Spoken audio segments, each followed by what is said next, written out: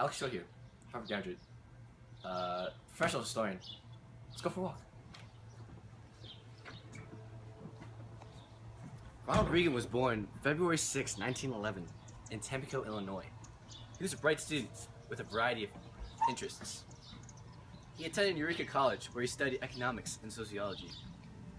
While at the university, he acted in the school play and played for the high school football team. After graduating, he began his career in the entertainment industry when he went from being a sports radio announcer to a Hollywood actor. Over the next 2 decades, he acted in 53 films. He became the president of the Screen Actors Guild, which influenced his more conservative mindset because of multiple disputes over communism in the film industry. From here on, his views shifted from liberal to conservative.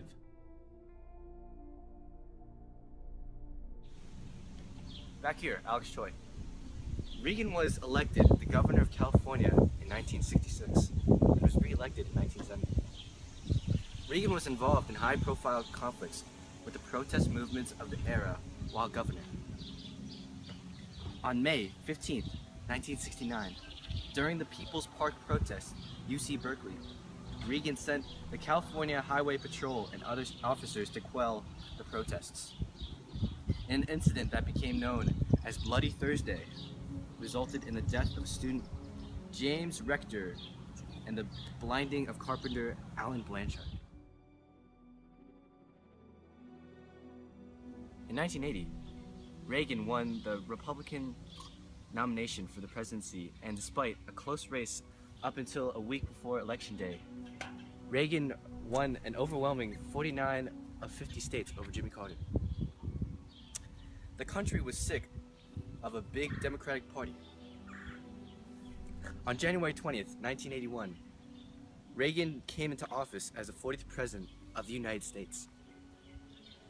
He was shot 69 days after election and was back in office working several weeks later. His popularity soared, and the next election, he and Vice President George W. Bush were re-elected for the second term.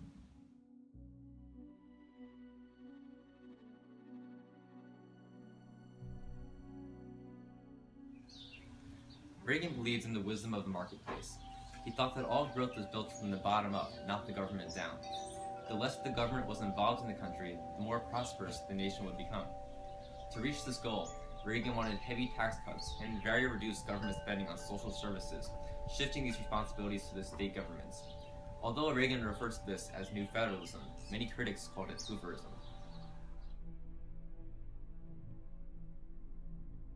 Reagan's campaign ran on the motto of peace through strength. Reagan, a realist, recognized that America needed to remain a large superpower in the world in order to try and maintain a world peace. To reach this goal, Reagan increased the nation's defensive spending by 43% in order to keep America safe and make the U.S. military a force for peace worldwide. This included more weapons, better equipment, and an improved intelligence program. Reagan became close with both British Prime Minister Margaret Thatcher as well as Pope John Paul II. They shared similar views on communism. Together, they worked to support the Solidarity movement, which made Poland a free nation. He also recognized the importance of being allies with their neighboring nations as he became close with both the Mexican and Canadian leaders.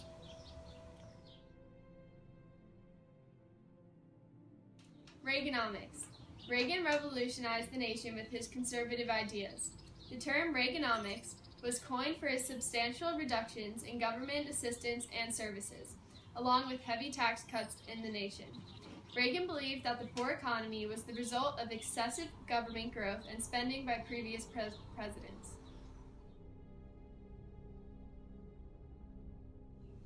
Reagan believed that by increasing the wealth and power of the wealthiest people in society, this wealth could then indirectly benefit the poorer members of society, when the wealth and resources trickled down to them. Critics of this theory said that it was only meant to help the wealthy and had no way of helping the poor.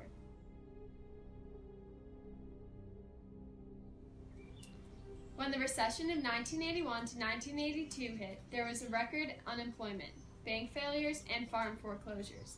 Despite many critics blaming Reaganomics for these issues, Reagan pushed forward with his ideas.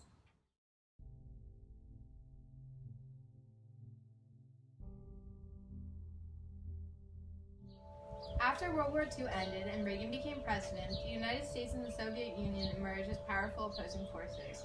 The Cold War was still continuing when Reagan was president, and in response to possible nuclear weapon use, Reagan created the Strategic Defense Initiative in March 1983. This was meant to develop an anti-ballistic missile system to prevent missile attacks from the Soviet Union.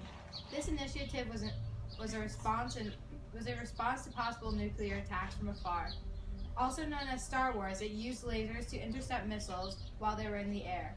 After investing $30 billion into the program, the SDI was forced to be set aside because it interfered with SALT talks with the Soviet Union and could possibly end any future peace. Also, the U.S. was afraid of the Soviet retaliation.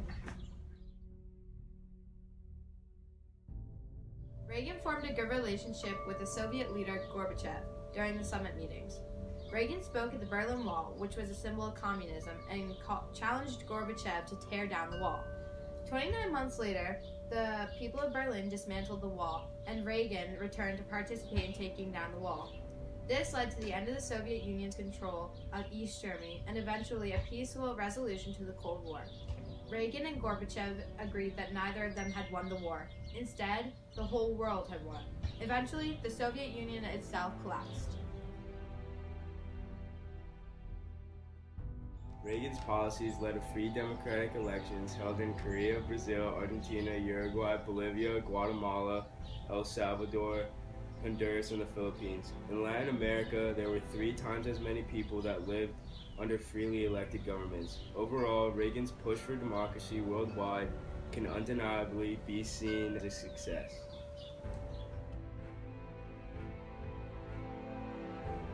The Contras were an insurgent group in Nicaragua who battled Cuban-backed communists. Reagan believed that they were the moral equivalent of our founding fathers. Because of the Reagan Doctrine, the CIA was supposed to train and assist these anti-communist insurgencies.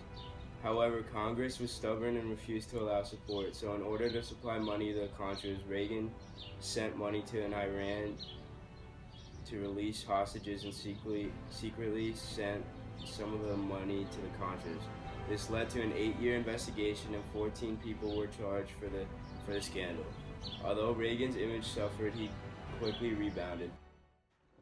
Margaret Thatcher once said that Reagan had achieved the most difficult of all political tasks, changing attitudes and perceptions about what is possible.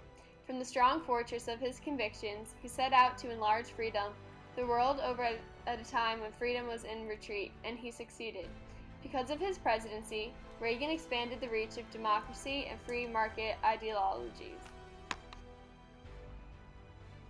The public opinion views Reagan's political ideas most similar to Hoover's. The public opinion's view of Reagan during the recession of 1981 through 1982 is very similar to how the public viewed Hoover. Hoover was blamed for the economic crash of the Great Depression, and people named homeless areas after him, called Hoovervilles. Although Reagan's approval rating never dropped as far as Hoover's did, he was not well liked during the recession, and Reaganomics was blamed for the economic recession. Although Reagan caused the largest period of peacetime and economic growth, he also caused the record growth of the national debt as well as the federal budget and trade deficit. Because of this, many people argue over whether or not Reaganomics was actually helpful for the nation. Other than the Iran-Contra scandal, Reagan had no other scandals. The public viewed him as an incredible president, and by the time he left the office in 1989, he had higher ratings than any other president since Franklin D. Roosevelt.